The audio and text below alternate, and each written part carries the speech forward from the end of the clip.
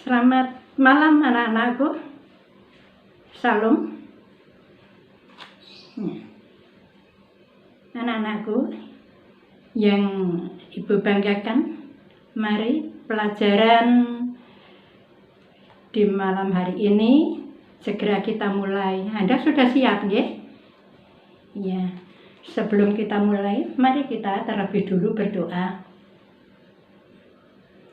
Kami bersyukur ya Allah, di dalam saat yang banyak sekali persoalan-persoalan yang kami hadapi, terlebih dengan adanya COVID-19. Namun kami Tuhan izinkan untuk berkumpul untuk mengadakan pembelajaran daring. Terima kasih Tuhan, kiranya apa yang kami lakukan ini dapat terselesaikan dengan baik dan lancar, dan anak-anak kami tidak merasakan kesulitan, dan mereka, anak-anak kami ini akan tetap semangat di dalam belajar. Terima kasih Tuhan, berkati kami hingga selesai nanti. Dalam nama Tuhan Yesus kami berdoa dan mengucap syukur. Amin. Mari anak-anakku kita mulai pelajaran malam hari ini. Kalau minggu yang lalu kita telah mempelajari tentang materi yaitu membela yang benar. Tentu saja anak-anakku telah memahami ya bagaimana istilah membela yang benar ini diterapkan di dalam kehidupan kita, terutama yaitu siswa-siswa Kristiani. Anak-anakku, dalam konsep Kristiani didasarkan pada teladan Tuhan Yesus. Membela yang benar itu didasari pada konsep yang Tuhan Yesus berikan. Anak-anakku,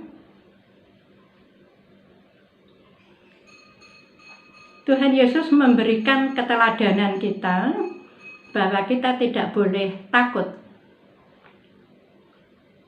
akan mengatakan kebenaran.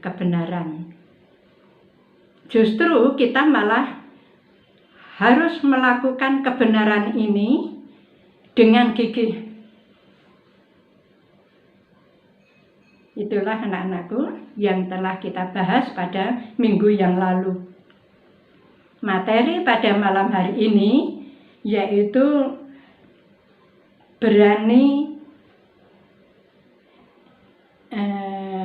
itu dalam konsep malam ini kita materinya yaitu rendah hati ya. Kemarin itu berani membela yang benar, sekarang rendah hati. Bagaimana rendah hati itu kita lakukan? Bagaimana rendah hati itu kita miliki? Tuhan Yesus telah memberikan teladan pada kita, yaitu di dalam Yohanes 19 ayat 1 sampai 20. Keteladanan Tuhan Yesus nyata sekali. Tuhan yang Maha Kuasa, Tuhan yang sebagai guru, Tuhan melakukan perbuatan-perbuatan yang kita pahami yaitu dengan istilah rendah hati. Tuhan Yesus membasuh kaki para murid. Itulah kerendahan hati Tuhan Yesus untuk turun, untuk melakukan yaitu melayani, pelayanan kepada para murid. Bagaimana kita? Kalau Tuhan Yesus saja mau untuk melakukan yang demikian. Terlebih kita, sebagai ungkapan syukur kita kepada Tuhan Yesus yang telah lebih dulu melayani kita, kita harus melakukannya. Ya, kerendahan hati, melayani sesama, mau menolong sesama, mau peduli kepada sesama, mau berbelas kasihan kepada sesama. Kita harus memiliki kerendahan hati, mau mengalah. Itulah keteladanan Tuhan Yesus, itu telah diberikan terlebih dulu.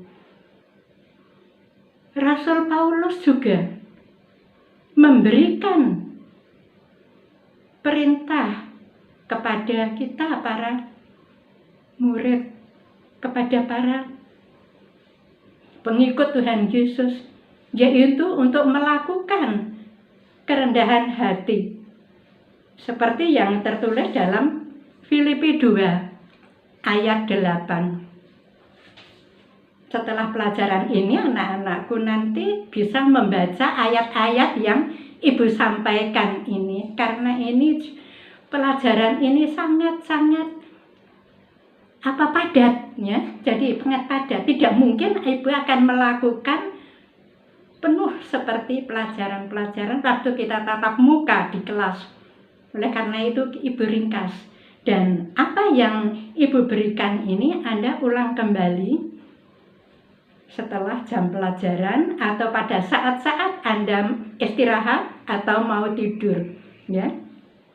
Ayat tadi kerendahan hati sebagai keteladanan Tuhan Yesus itu yang tertulis di dalam Yohanes 13 ayat 1 sampai 20. Terus pengajaran Rasul Paulus kepada orang-orang Kristen, yaitu untuk berbuat rendah hati seperti yang tertulis dalam Filipi 2 ayat 8. Itu Anda nanti membaca sendiri, mencari sendiri untuk materi sebagai pengetahuan apabila ditanyakan dalam ulangan-ulangan, ya. Setelah kita sampai pada pelajaran atau materi rendah hati, berikutnya yaitu kebaikan. Kebaikan.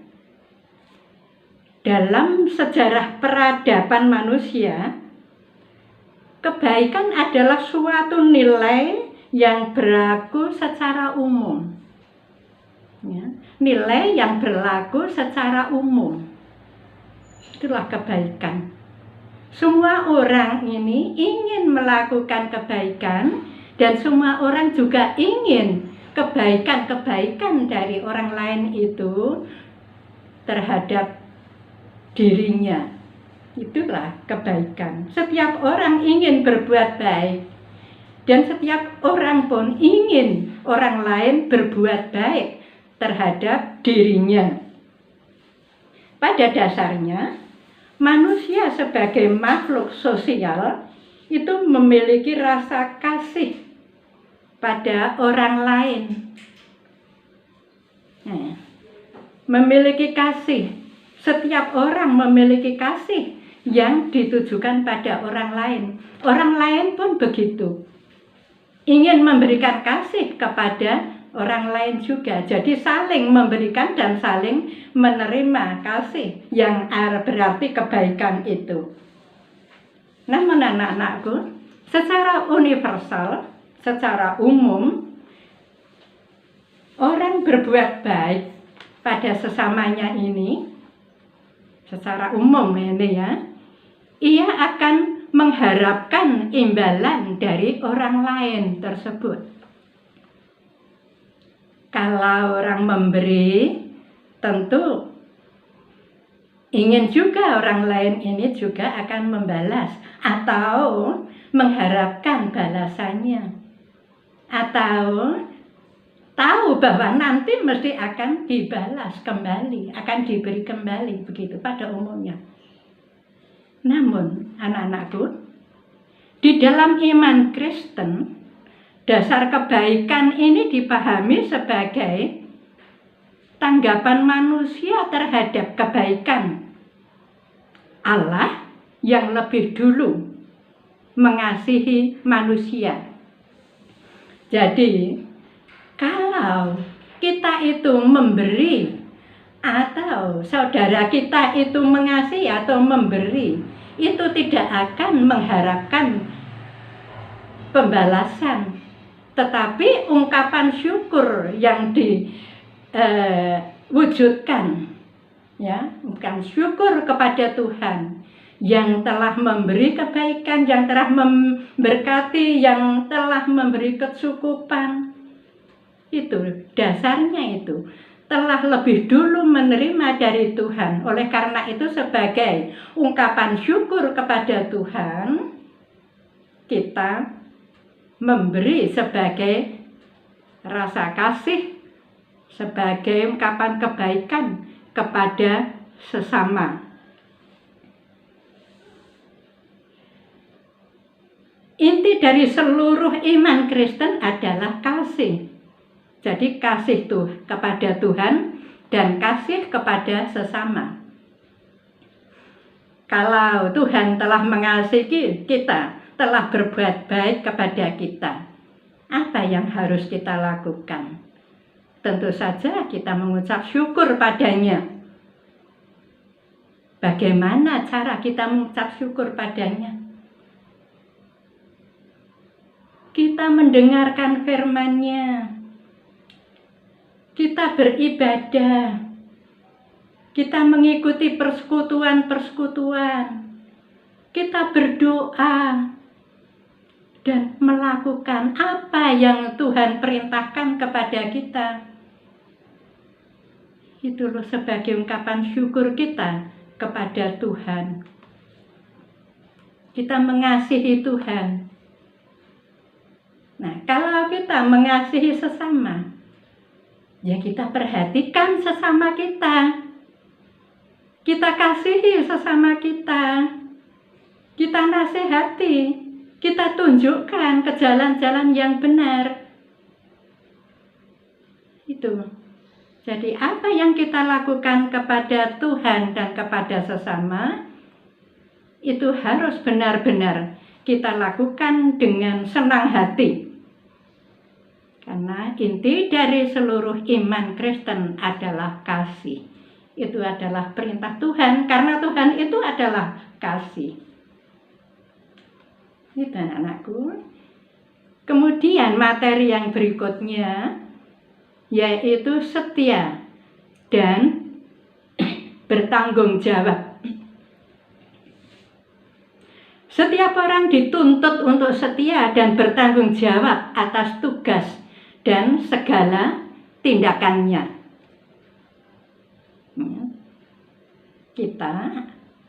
Anda juga dituntut untuk setia dan bertanggung jawab atas tugas dan segala tindakannya. Anda sebagai siswa itu juga harus setia dan tanggung jawab. Setia itu berarti tekun melakukan segala sesuatu dengan aturan yang berlaku. Setia, melakukan segala sesuatu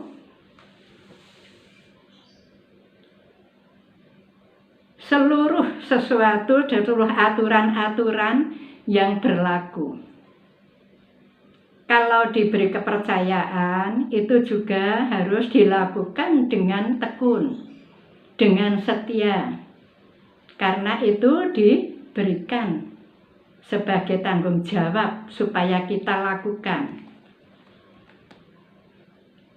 Kemudian tanggung jawab berarti melakukan segala sesuatu tugas yang dipercayakan. Kalau Anda sebagai siswa, setelah mengikuti pelajaran-pelajaran, kemudian diberi tugas untuk mengerjakannya, Anda harus setia dan tanggung jawab. tidak ditunda-tunda. Nanti lupa atau nanti tidak terjawab karena apa yang menjadi jawabannya ini Anda sudah lupa. Jadi setia dan tanggung jawab. Tugas dikerjakan, dikirimkan kembali kepada guru. Karena ini sebagai syarat untuk Anda itu mendapatkan nilai. Di dalam Matius 25 ayat 14 sampai 30. Karena ayat ini banyak, Anda dengan waktu khusus harus Anda baca. Okay? Sebagai anak-anak Kristen, ini harus melakukan apa yang menjadi kewajibannya. Anda tahu di sekolah kita, sekolah afeksi, sudah dimulai, sudah dirintis, yaitu pembacaan kitab suci. Tiap pagi tadarus, kita yang umat Kristiani itu membaca kitab suci, berdoa, merenungkan. Ini untuk latihan. Inilah manfaatnya sekolah afeksi di SMA 5. Kita mendapatkan kesempatan yang bagus sekali. Ya. Karena kalau tidak begitu, mungkin kalian itu jarang untuk membaca kitab suci pada pagi hari. Padahal itu untuk bekal kita dalam menghadapi pekerjaan-pekerjaan kita. Kita dasari dengan firman Tuhan, kita dasari dengan berdoa. Kurang kalau kita itu hanya belajar melalui guru agama saja. Kalau Anda masing-masing ini tidak melakukan sendirinya. Nah, di dalam tadarus, di sekolah afeksi, ini dirintis untuk melakukan yang demikian. Keimanan ditingkatkan. Kalau imannya ini ditingkatkan, tentu saja di dalam kandungannya ini, ya tata tertibnya, ya kejujurannya, ya kedisiplinannya, dan segala sesuatu yang baik-baik ini akan dilakukannya. Kalau orang itu percaya kepada Tuhan dan firman-Nya, dan terus-menerus ini digumuli, digeluti, direnungkan, pasti kita akan ingin melakukannya juga. Kalau kita tidak pernah mendengarkan firman Tuhan, tidak pernah membaca firman Tuhan, mana mungkin kita tahu. Itu ya anak-anakku, ayat-ayat yang banyak ini Anda khususkan di waktu senggang, dikhususkan, bukan untuk samben, tetapi khusus. Anda sudah istirahat, baca kitab suci, mau tidur, baca kitab suci. Ya, usahakan. Memang sulit sekali anak-anakku, sulit. Orang tua saja juga sulit kok. Apalagi masih muda. Lah dari muda ini untuk membiasakan supaya semakin bertumbuh imannya. Semakin menjadi anak-anak Tuhan yang tanggung jawab terhadap imannya kepada Tuhan Yesus. Ya, baca ya Matius 25 ayat 14 sampai 30. Yaitu perumpamaan tentang talenta yang menekankan kesetiaan dan tanggung jawab. Anak-anakku, dalam perumpamaan tentang talenta, Tuhan Yesus mengatakan bahwa kepercayaan akan semakin diberikan kepada orang yang setia dan tanggung jawab memikul tugas. Itu. Kepercayaan akan diberikan ya bagi orang yang setia dan tanggung jawab untuk memikul tugas. Jangan takut dengan istilah memikul. Kok bayangannya itu kok berat ya, memikul. Berat. Jangan takut. Jika kita setia dan tanggung jawab dalam tugas, maka akan diberi kesempatan memikul tanggung jawab yang lebih besar lagi. Nah, lebih-lebih ini jangan takut lagi, ya. Sudah mau mikul berat kok mau lagi diberi yang lebih berat lagi. Tidak menakutkan kata-kata ini. Karena apa? Ada arti yang indah sekali. Artinya yaitu kesempatan Tuhan akan memberikannya kepada orang yang setia dan tanggung jawab itu tadi. Kesempatan apa? Yaitu kesempatan lebih maju, kesempatan lebih baik, bukan kesempatan lebih capek karena memikul, tidak. Memikul kehendak Tuhan ini yaitu kita itu akan diberikan lagi, yaitu kepercayaan lebih maju lagi, lebih berhasil lagi, lebih baik lagi, lebih jadi apa yang Anda inginkan, yang sesuai tentunya dengan kehendak Tuhan. Berikutnya anak-anakku, yang keenam, yaitu damai.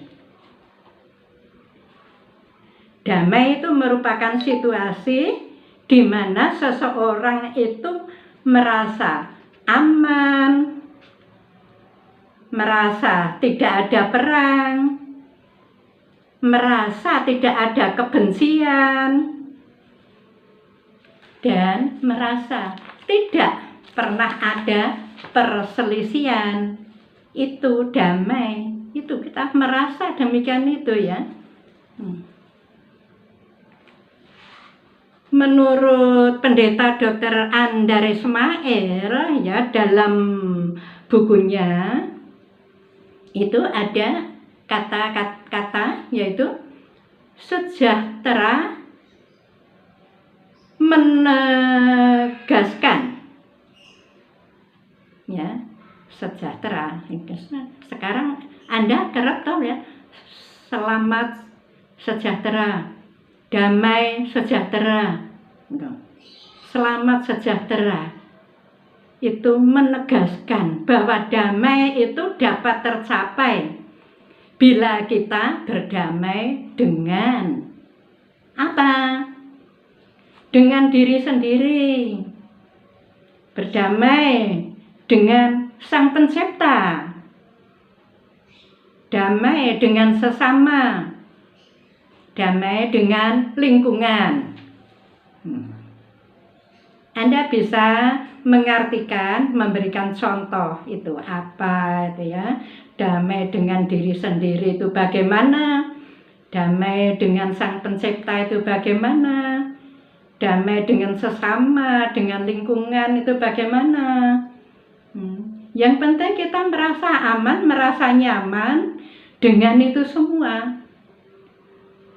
Kalau damai dengan diri kita sendiri, kita tidak merasa susah, kita tidak merasa marah, kita tidak merasa dirugikan oleh dirinya sendiri. Kita senang adanya, kita bahagia, kita bersyukur. Itulah damai yang di dalam diri kita. Kita tidak merasa berbeban, ya, damai, menyenangkan. Kalau kita damai dengan Sang Pencipta, kita melakukan apa yang Tuhan perintahkan di dalam firman-Nya. Kita melakukan kasih kepada sesama kita. Itu damai dengan Tuhan. Kita tidak melakukan yang aneh-aneh yang dilarang oleh Tuhan. Semua ini tertuju kepada kemuliaan nama Tuhan. Kita bekerja, Anda belajar, kita berpikir, ini untuk kemuliaan nama Tuhan dengan penuh sukacita dan syukur. Itu damai dengan Sang Pencipta, dengan Allah. Damai dengan sesama juga gitu ya. Kita tidak punya musuh, kita tidak pernah gosip, kita tidak memarahi orang lain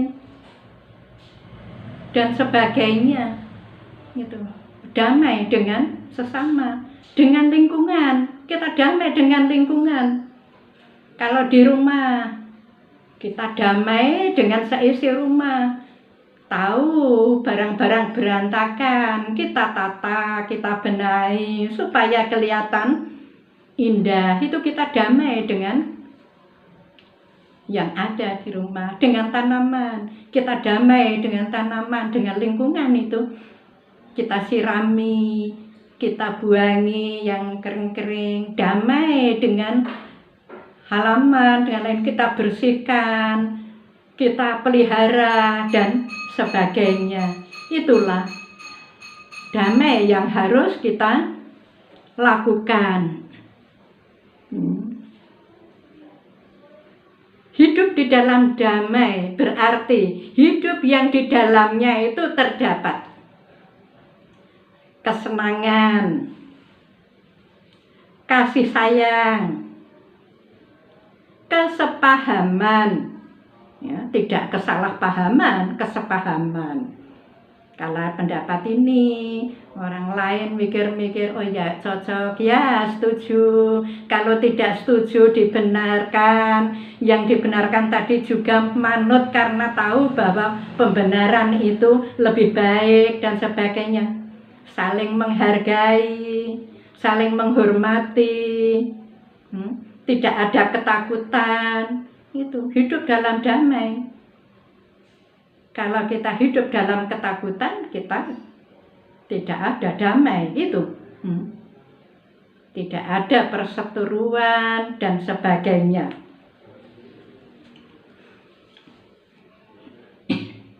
Berikutnya anak-anakku, yang terakhir yaitu adil.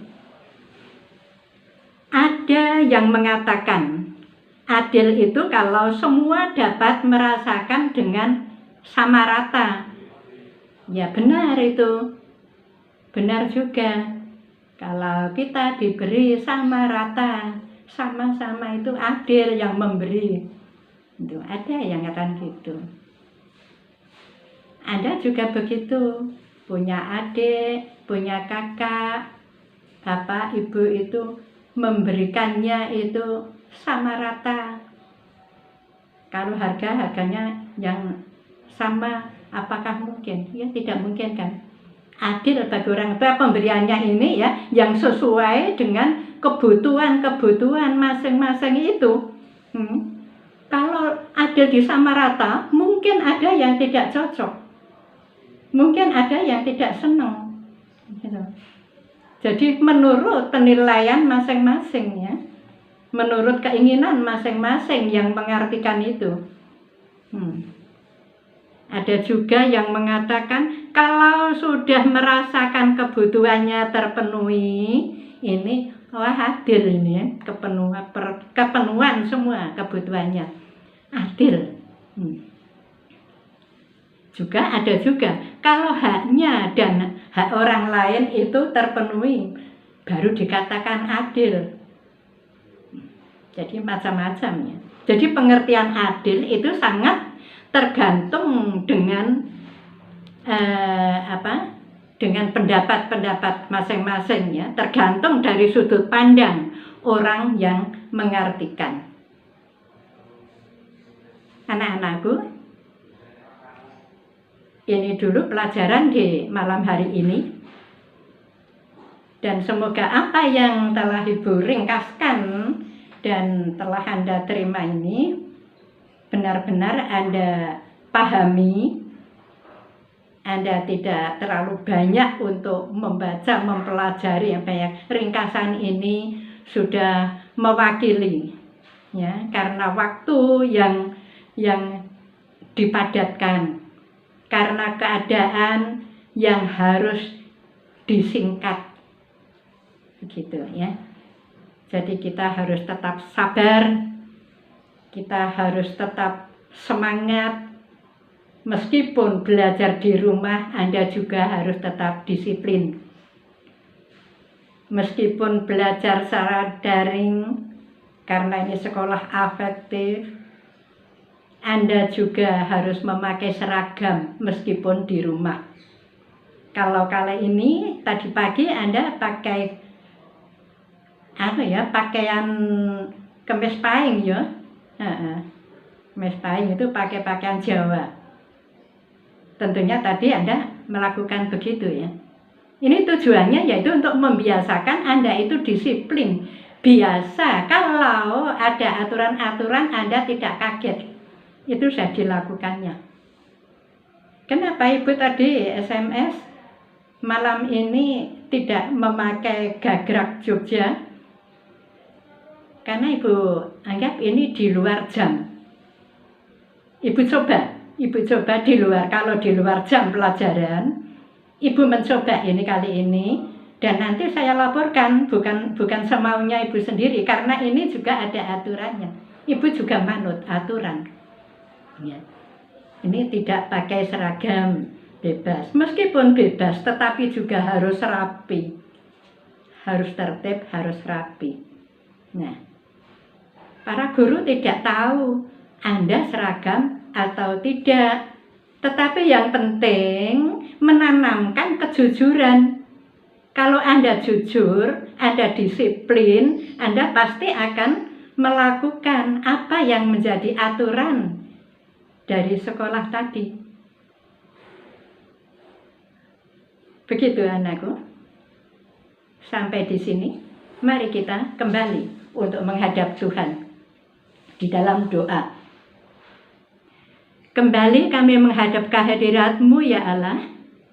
Kami mengucap syukur dan terima kasih. Pembelajaran secara daring yang telah kami lakukan telah dapat terselesaikan dengan baik dan selamat atas perkenan Tuhan. Terima kasih Tuhan, berkati kami semua. Berkati anak-anak kami yang akan mempersiapkan diri untuk belajar lagi besok pagi. Dan di malam hari kami semua menyerahkan hidup kami untuk Tuhan lindungi agar kami boleh tidur dengan tentram. Terima kasih Bapa, dalam nama Tuhan Yesus Kristus kami berdoa dan mengucap syukur. Amin.